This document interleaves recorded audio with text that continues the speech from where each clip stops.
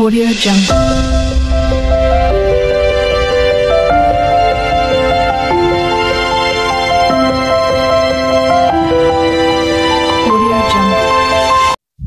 সুপ্রিয় শিক্ষার্থীরা, তোমাদের সকলকে আজকের এই ভিডিওতে সুস্বাগতম জানাচ্ছি।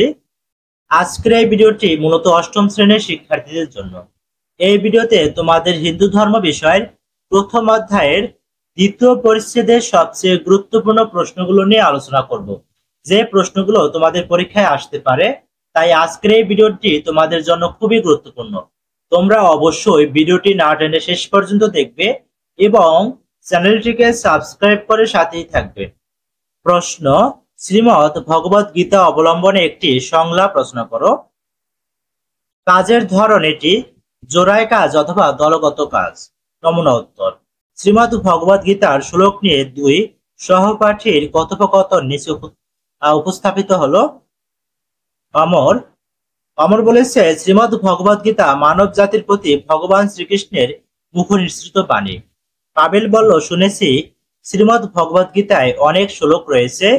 অমর আবার বলল, হ্যাঁ, শ্রীমদ্ ভগবদ গীতায় 700 শ্লোক আছে, তাই এই গ্রন্থকে সপ্তশতীও বলা হয়। পাবেল বলল, শ্লোকগুলো কি সব একটি অধ্যায়ের? অমর বলল, না, শ্রীমদ্ ভগবদ গীতার 700 শ্লোক মূলত 18 অধ্যায় বিভক্ত এবং প্রতিটি অধ্যায়ের নামের শেষে যোগ শব্দটি যুক্ত রয়েছে। পাবেল বলল, জ্ঞানযোগ তাহলে শ্রীমদ্ ভগবদ গীতার একটি অধ্যায়। আজ বুঝলাম।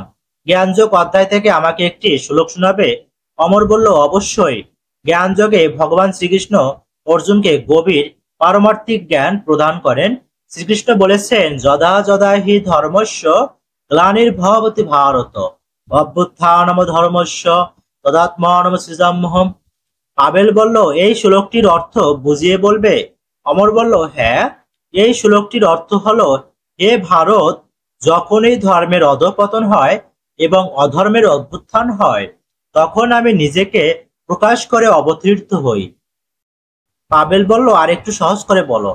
অমর বলল, যখনই ধর্মের হানি ঘটে, যখন অধর্ম বৃদ্ধি পায়, তখন সৎ পুরুষদের উদ্ধারের জন্য, অধর্মীদের বিনাশের জন্য এবং ধর্মকে পুনঃস্থাপনের জন্য আমি জন্মগ্রহণ করি। এটাই ভগবান শ্রীকৃষ্ণ বোঝাতে চেয়েছেন। অর্থাৎ তিনি যুগে যুগে বিভিন্ন রূপে আবির্ভূত হয়ে ধর্ম ধার্মিককে রক্ষা করেন এবং অসুরদের ধ্বংস করেন।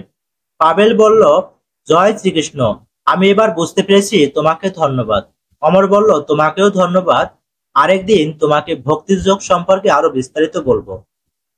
সুপ্রিয় শিক্ষার্থীরা, আজকের ভিডিওটি এই পর্যন্তই। তোমাদের যদি ভিডিওটি ভালো লাগে তো অবশ্যই চ্যানেলটিকে সাবস্ক্রাইব করে সাথেই থাকবে। আর ভিডিওটি শেষ পর্যন্ত দেখার জন্য তোমাদেরকে অসংখ্য ধন্যবাদ।